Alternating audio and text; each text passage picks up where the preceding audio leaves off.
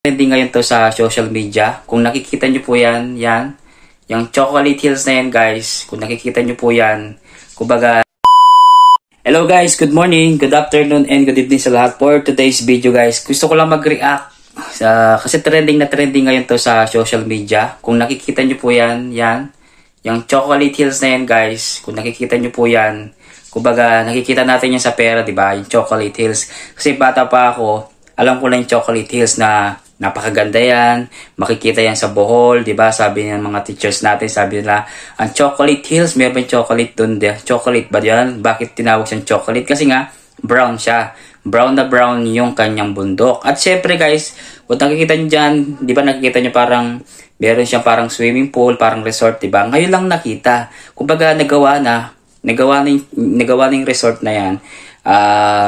Kumbaga parang ngayon lang siya nag-trending. Dapat noon pa nung ginagawa pa lang siya, dapat pinahinto yan. Kasi guys, sabi nga sa inyo, yung yaman ng Pilipinas, yaman ng bundok, kumbaga parang special yan eh. Special yan sa atin. Kasi bakit kamo? Nasa pera yan eh. Nasa pera yan guys. Hindi ko alam kung nagkakamali yung nasa... mag-comment kayo sa baba kung anong amount yung chocolate hills na yan, nasa pera, anong klaseng pera amount, nakalimutan ko na guys, kayo na po magsalita, mahirap naman magbagaling ako at sasabihin ko kung anong amount, diba?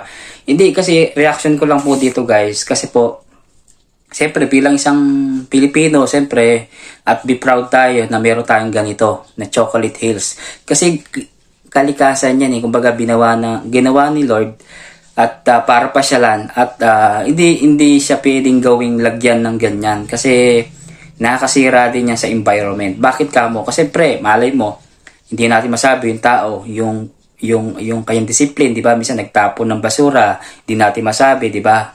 Di ba natin alam, di ba? Siyempre, yung tubig niyan, sigurado natatanggal yan, di ba? Pero iba pa rin yung natural na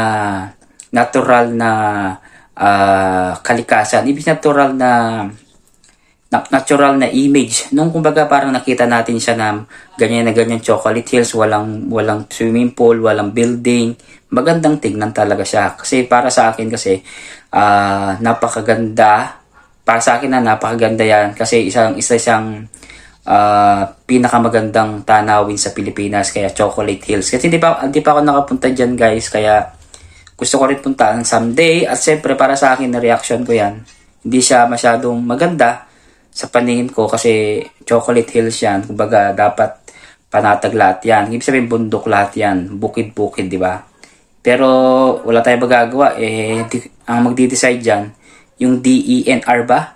Yan, o yung gobyerno, kung ano masasabi nila dyan, kasi trending na trending yan guys sa buong social media. Yun lang po yung reaction ko guys. Ikaw, anong reaction mo? Anong masasabi mo dito sa pictures na yan guys? Anong nangyari? Bakit mayroong mga swear resort?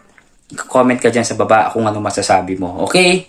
Thank you for watching guys. And pakipollow na rin po ako guys. Thank you and God bless.